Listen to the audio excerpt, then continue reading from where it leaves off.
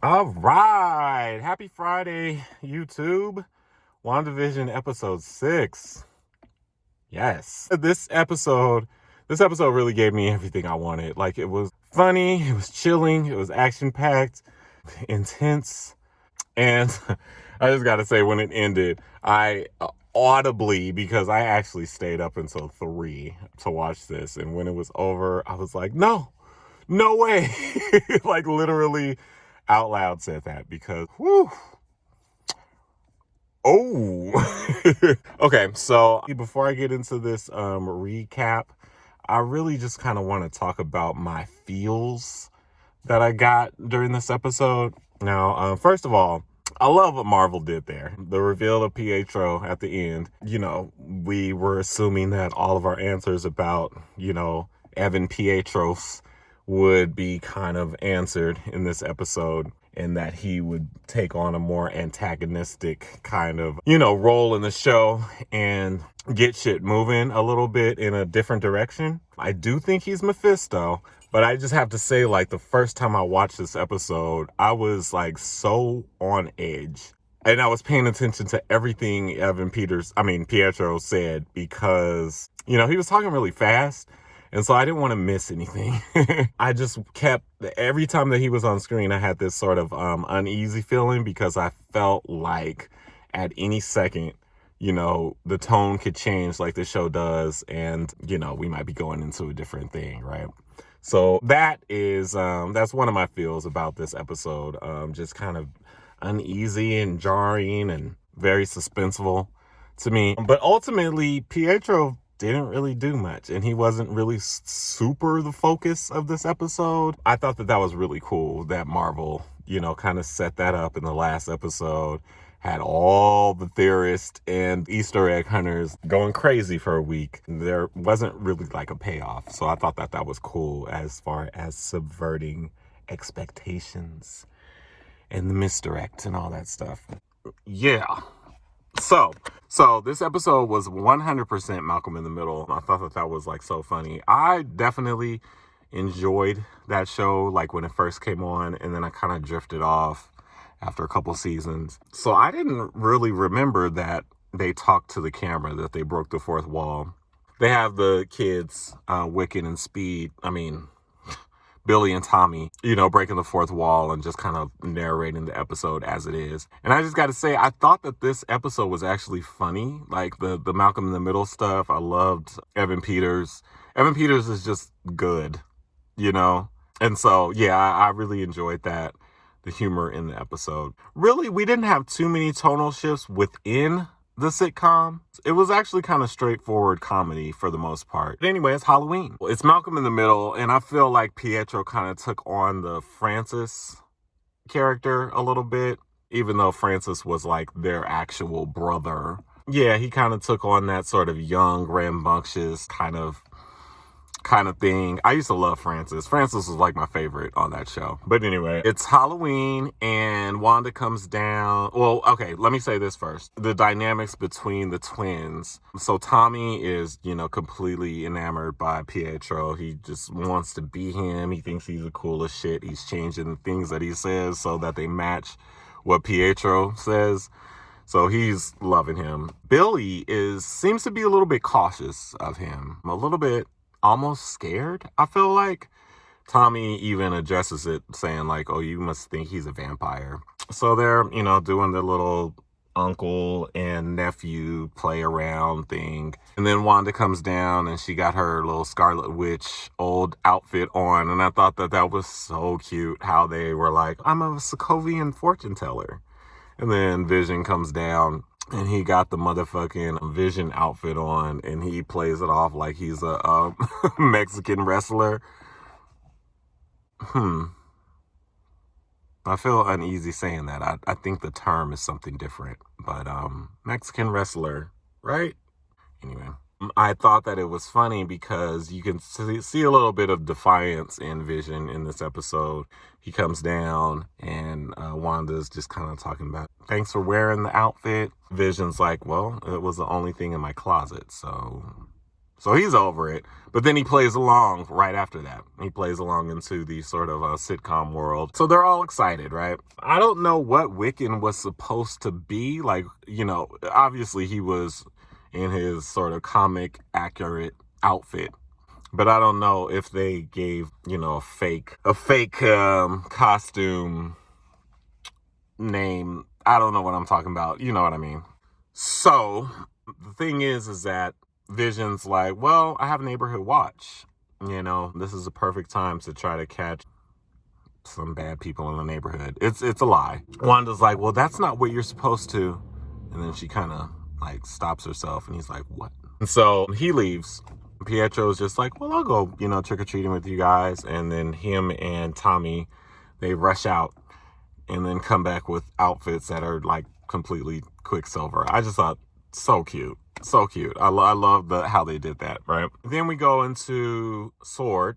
And I hate how I was saying Sword last week, but whatever. This is right after Wanda, put her Scarlet Witch barrier on the Hex. Monica's kind of going in on Hayward. You cut us off at the knees. Now, we'll never be able to communicate with her because she outguns us. She overpowers us. We can't take her down. And she already told us not to disturb her. So you fuck shit up, nigga.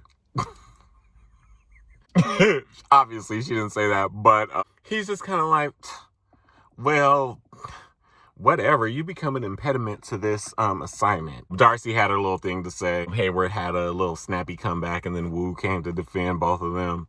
Yeah, so they go into this back and forth, Monica Rambeau and Hayward. He's like, I know you love to protect superpowered individuals or whatever. I know your history with Captain Marvel. He was going to start on a speech, and I actually was kind of here for it, even though we don't like Hayward. But I did kind of want to hear his speech when he said, you guys that got snapped, you guys still have the luxury of optimism. Like, you weren't here with us, you don't know the things we had to do to keep the lights on. So I thought that was interesting because, yeah, I mean, that is like a dynamic that you wouldn't think of, or that is a dynamic that's kind of interesting.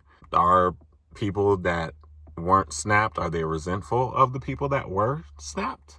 Like, So basically, Monica and Hayward are going back and forth, and then he, tells them that they all need to fucking leave. She's just kind of like, well, wow, it seems like he was looking for a reason to get rid of us. Like, what's he working on? And then my boy Wu, I was like, so this shocked me, but yeah, they were getting escorted out.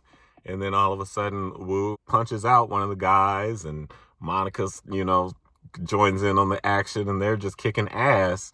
And I was like, whoa. Yeah, I mean, he didn't have any action scenes in any kind of action like that in Ant-Man and the Wasp. So I was very surprised, and I love that he, manning up. I will say this episode was a little annoying to me as far as the trio. I felt like there was a little bit of, too much convenience there, but we'll get into that later. So then we go back into Wanda in the middle. They are out trick-or-treating, and you see kids this time. So where did all these kids come from?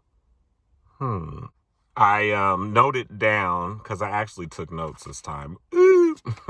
I noted down that Pietro was like, okay, you guys, do your trick-or-treating thing. He says, unleash hell, demon spawns.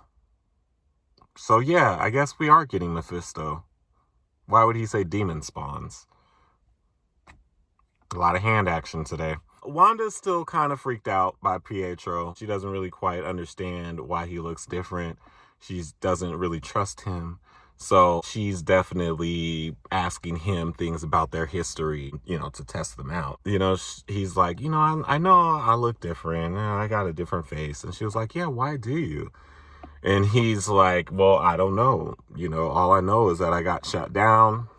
The next thing I know, I heard you calling me. You needed my help. And so he came. And so that opens, well, he's obviously not who he says he is, because he's obviously in the know about things that are going on at one point. Well, we'll get into that later. But yeah, he knows. He's aware. Don't really believe him. Anyway, I also wanted to mention Herb. That dude is hilarious. When Pietro and Billy and Tommy were wreaking havoc, stealing everybody's candy, Herb was doing this like play-by-play report, and it was so hilarious. And it just reminded me of that second episode. It was just like, "Is this your card? Mm-mm. Mm-mm. Nope. Mm-mm." So he's hilarious. I wanted to look up that actor's name, but he's really good. But what's interesting is that while he's doing this report to Wanda, he admits that Vision was not on the neighborhood watch. And she's a little bit kind of like, "Oh, interesting."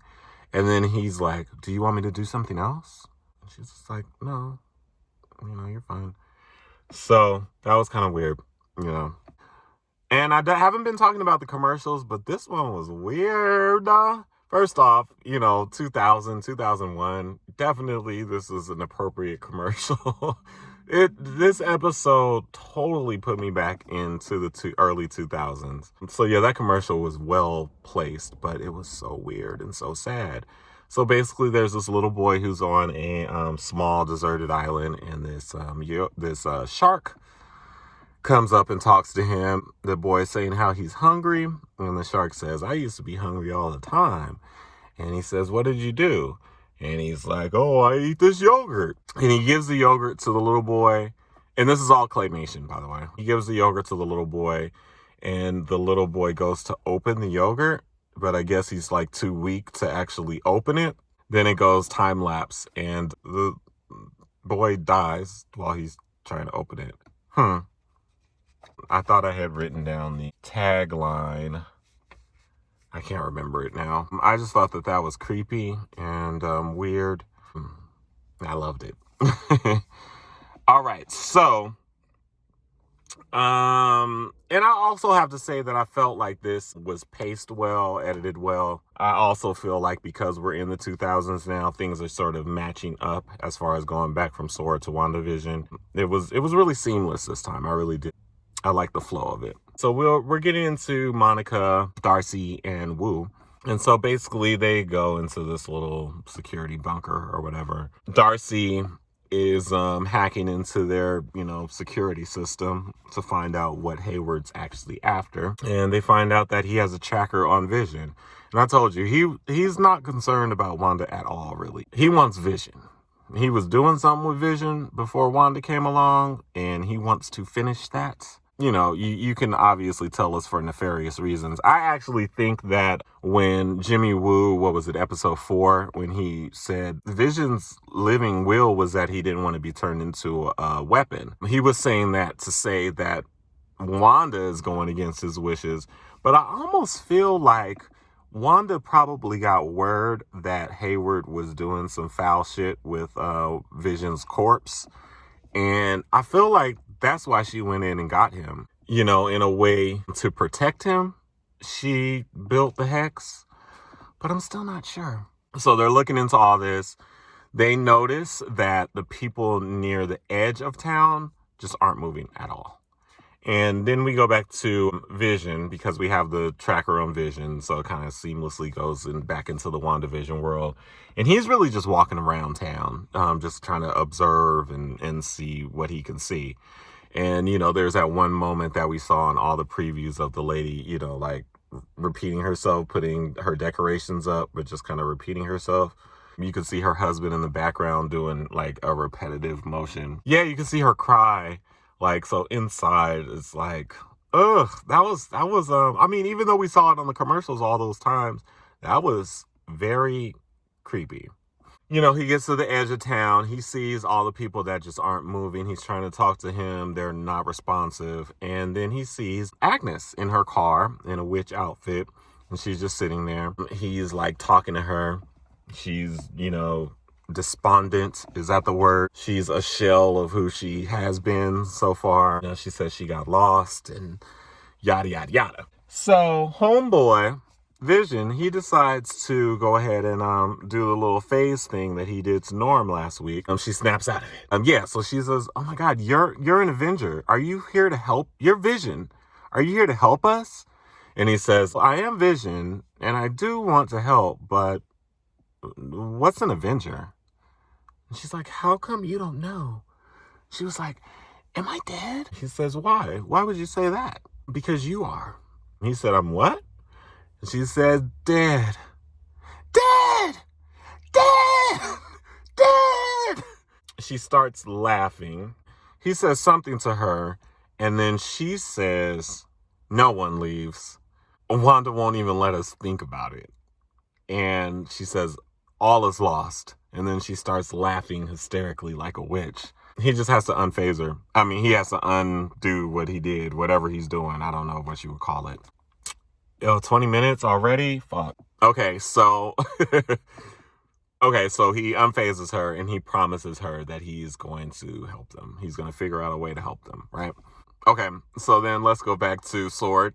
So what's annoying me is Monica's like guy in the sky, this mystery guy that they keep cornily, just like it's almost every time that she mentions him in the last episode and in this episode, it's almost like she's kind of looking at the camera and like giving this smirk, like, you guys are gonna love this.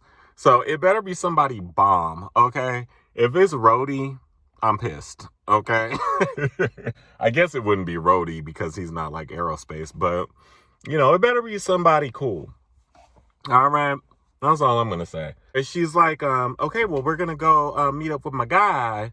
Let's go. He's going to meet us up and blah, blah, blah, blah. Darcy's like, you shouldn't go back in there. Like, you've been in and out. I see your blood work on Hayward's files and it's, fucking with your cells. Your cells are being rewritten. I'm not 100% sure. There's a lot of different versions of Monica Rambeau in the comics with different power sets and stuff. So, it's cool that Marvel has her in their wheelhouse now because they can kind of pick which powers they want to do, It's almost like Captain Marvel. When that movie came out, there was a little bit of mystery because there were so many iterations of Captain Marvel.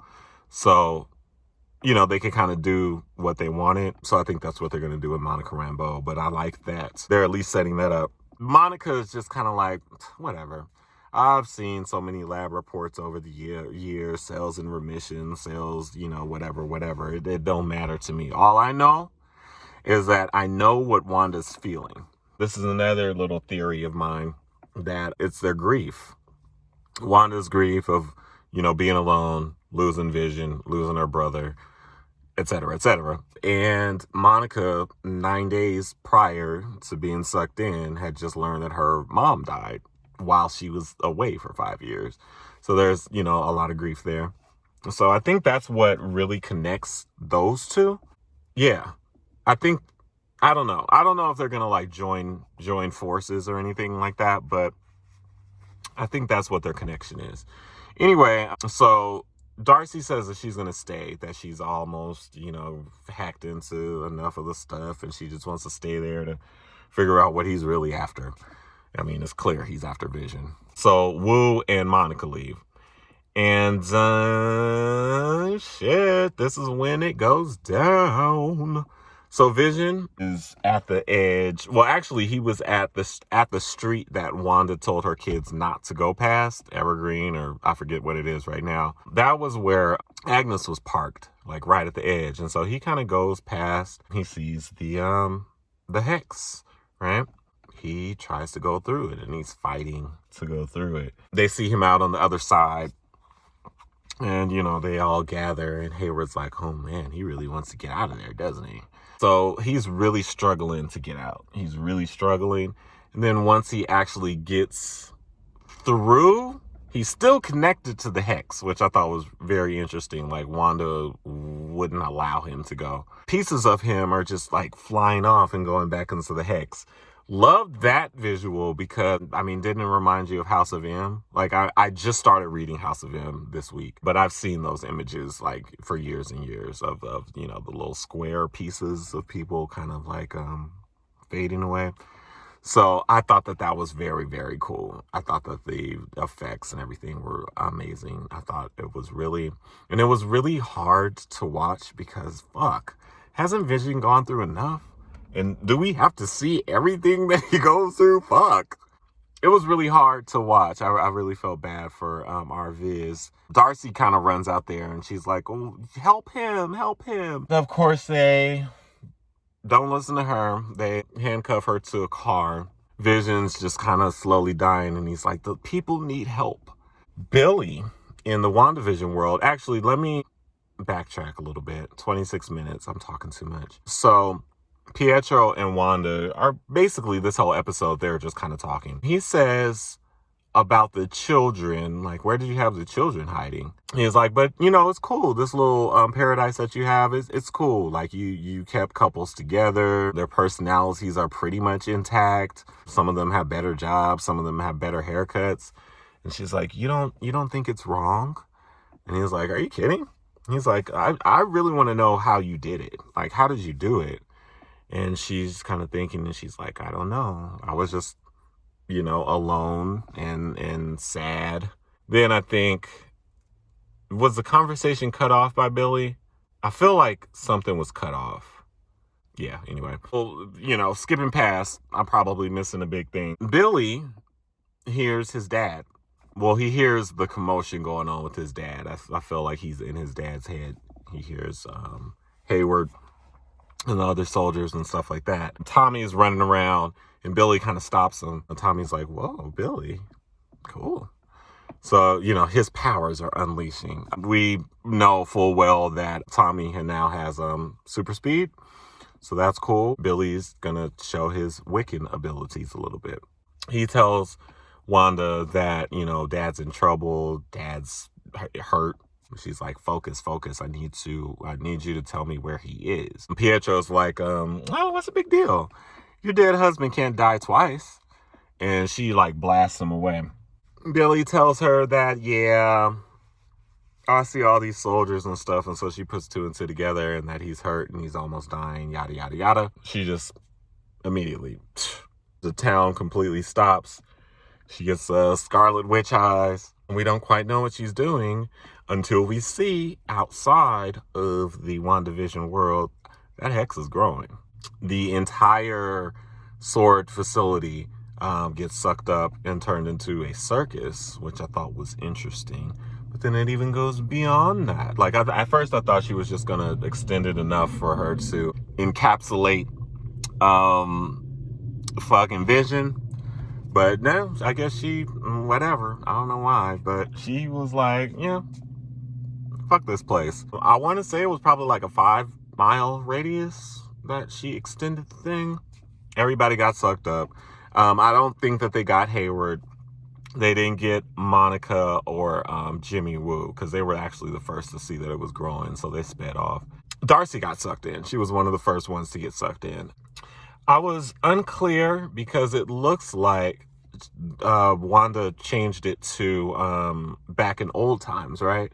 Because, you saw people driving past the car lot, the modern car lot, and then once the hex went over, it was like an old school sort of 70s looking car lot. Possibly 90s, though. I mean, possibly early 2000s. I don't know.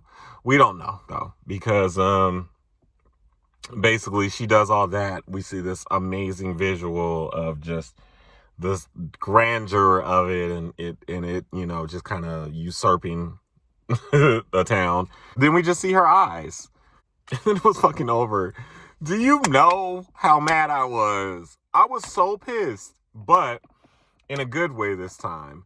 Because I was like, fuck yes, that was a good episode. It gave me everything I need. And so here's just a quick sort of episode prediction breakdown. I don't know what's happening next week because it seems like we might be cycling back and going back to the old days and maybe just kind of like living that over. Maybe next episode is going to tell us a little bit more about Agnes and the beginnings of this. Because I don't know that I believe that Wanda doesn't know how she did this. Even though Agnes did seem like she was distressed and it did seem like she was serious about, being sort of trapped by Wanda's will, I don't know if I believe that either because she definitely has something to do with something. And in fact, when I saw her just kind of like parked at the edge of the town, right by the street, not to pass, she told them not to pass. I felt like maybe she's like the protector of the whole thing. I don't know. So I feel like next week we'll probably get more answers about how this all started. I just kind of have this theory about TV shows that the big shit happens in the, second to last? Is that the term?